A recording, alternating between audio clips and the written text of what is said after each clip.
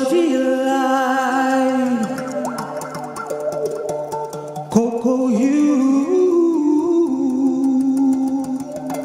shine rich as the night, Afro blue,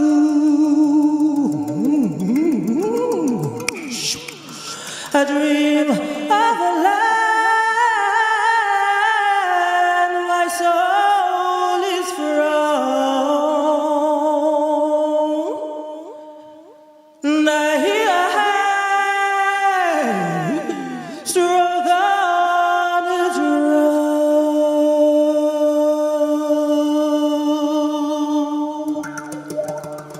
shade of delight, Coco, you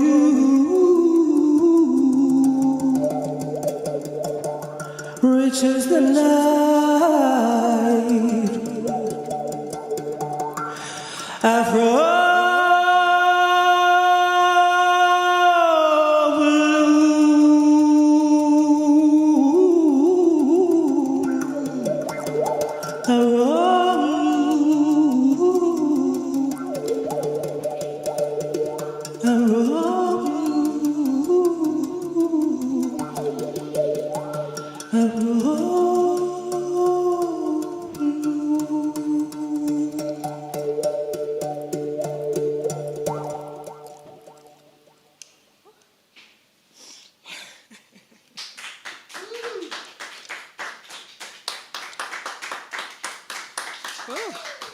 Thank you very much. It's hot in the studio. I know I'm supposed to be talking directly to camera. Hello, Wembley, Crystal Palace Festival. I'm glad you're still doing it. Thanks to the hard work everybody's doing to making the festival be alive. So it's an honour and a pleasure to be here, but it is hot in here. Wishing it was the sun, but it's all good. So that poem with this instrument here, which is called Iquma, and I got this in the Namibian desert when I was out there doing some work with some Khoisan Bushmen, looking at the plight that they have out there. They're living in the desert on corridors, the equivalent of reservations that you might understand and know in Native America, in America. And their experience of climate issues is really severe right about now because it is a desert already. And obviously climate change is having a massive impact on them as well. So they're already having a difficult time. So I just wanted to raise awareness around the work that they do. And the song Afro Blue is a jazz standard, but I'm taking it on board to think about those who experience the Windrush scandal. Like, where do you find home if you come to a place that actually decides 20, 30, 40 years later that you don't belong there? So that was a poem dedicated to those two people. Those two groups. So this next poem I want to do is a climate justice climate poem.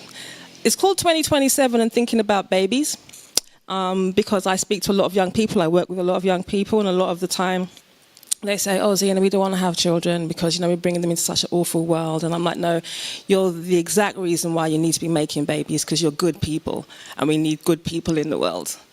So this poem is just a dedication to the idea of meeting and having love and the future. You exhale a comfortable mist of breath, and your DNA collects kaleidoscopic in condensation on the bedroom windows. I am the first up with the autumn daybreak. It opens a shivering song in my body. The coffee is good and strong, and the news bleats that the crops are almost gone due to climate change, because coffee is a sensitive plant. The courtships of the seasons are blurs. Blurs of burning ember to steel ice grey in the shortest of times these days. It's like 24 hours is nothing but an eventful tea break. A brash breeze bristles the treetops.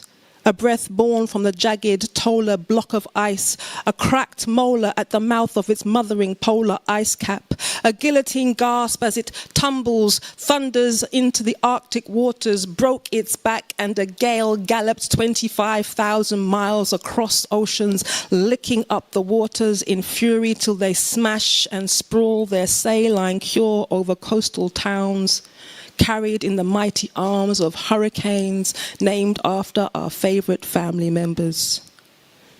And every once in a while, we, in our bloated, bellied cities, on the high ground with low thresholds for sobriety from Jurassic flesh, every once in a while we lift our faces from the trough of consumerism and see clouds like bears and buffaloes gnashing their teeth. We watch them bite down on each other and bleed chemical rain as they shake their necks free. And we are naively impressed with the welts of lightning, but fail to see the great wounds our high-rises and ignorance cause as they needle the blotching skies, as we spend out of sync with the earth's budget till soon her bile will be our crop. My Weetabix could be poison seed. Me and you, we used to take walks in the park and contemplate the balance between the city bustle and the rustle of grass underneath our feet. Now our eyes are skimming the city skyline at the top of Parliament Hill. We seek the shrinking, valuable green spaces.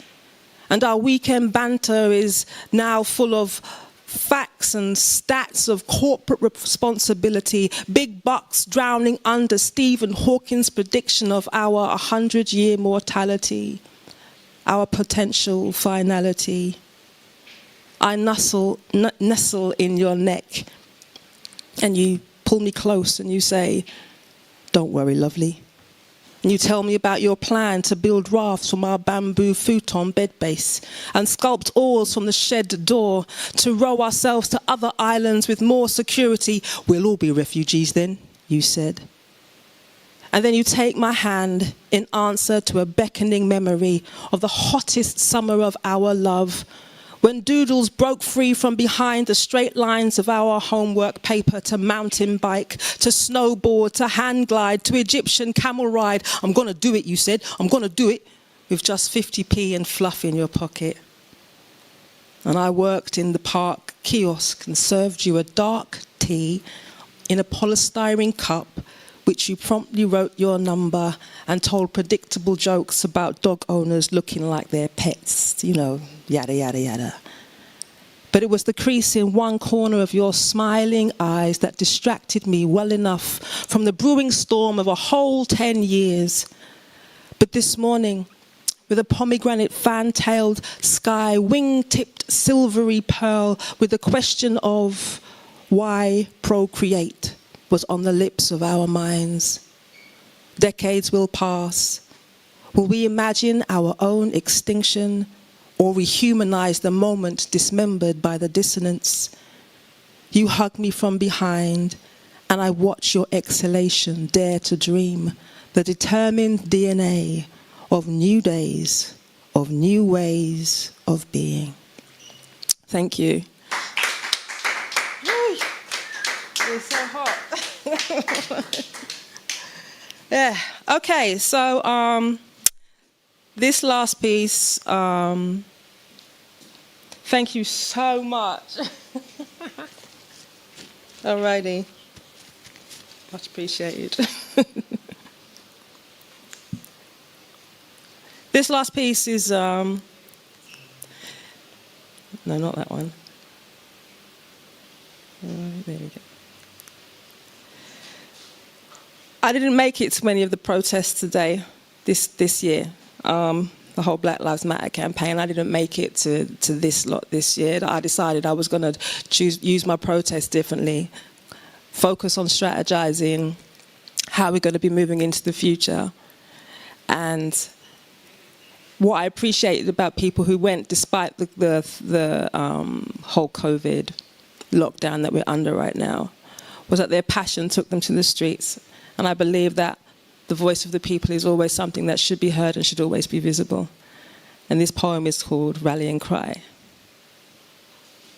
And here we are, standing shoulder to shoulder, breathing strong in our skins, the thinnest robe some believe determines how we should look at each other and how we should look within.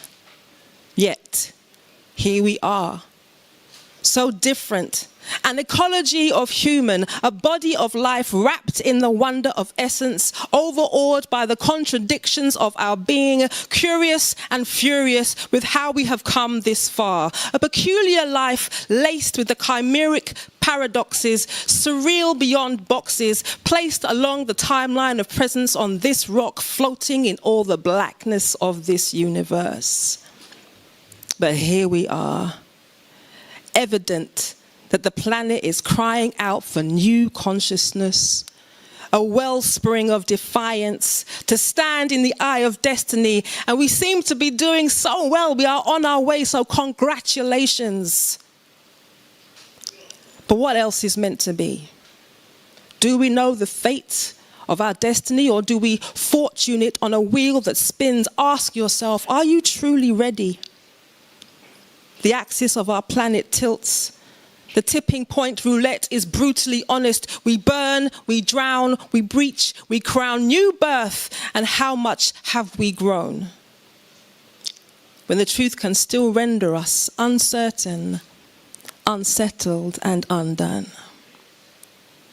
We stand here at the beginning of a protest, ready to investigate what it is we want for our future, hoping our children have tongues of giants, that they will be the bigger ones and forgive what we knew when we knew not what we did. We stand here at the height of Brexit mania, backpedaling in the drivers of progress, building walls and reams of apartheids, generational divides, environmental flocks on the wings of asylum, clocks wound tight to delirium, wildlife on Noah's vision of extinction. Jonah's mustard seed brought you here, though, with the dust of our bones calling us into the future. So are we ready to be seeds again? To bleed our love to succeed again, to turn our eyes to the sky and imagine this march beyond the convictions shaded with doubt or anger, which is just apathy overwhelmed. March before the streets, because the streets are expensive roads, where those without homes die as collateral. We lay so many bouquets, they pave the roads as meadows of shrines. March because gender is wrongly misaligned, marginalized by history books, lauding the patriarch who named millions of women for the flames. They burned them just because they were working the healing of the earth. March because breathing is the last thing anyone should ask for. March because rage multiplied by love shows us that we have something we deserve. And we know we deserve more. So now is the time to cash the check for our taxes paid, our life investment, energy we want returned. We want return. So as we go on this journey, we explode tick boxes like bricks that build walls and draw together by the magnet of our inner compass that says we are better than this. So let our feet be a rallying cry. And let it not end when you leave here. Be the change you want to see. Yeah, I had to get that one in there. Because cliches are truths we love to hate. Begin with what it means to be. Just to exist within your identity. Who are you? Make up your mind and make it beautiful. Make it shine. Fear is no longer an option. We breathe the same breath for peace. For when you do not choose, you choose a side by default. So be the change you want to see. There is always choice. You found yourself here despite how they moved the goalposts. Today you chose to use your voice, so let us take this journey, people. Let your feet and let your banners, let your hearts and your chants be your rallying cry. Thank you.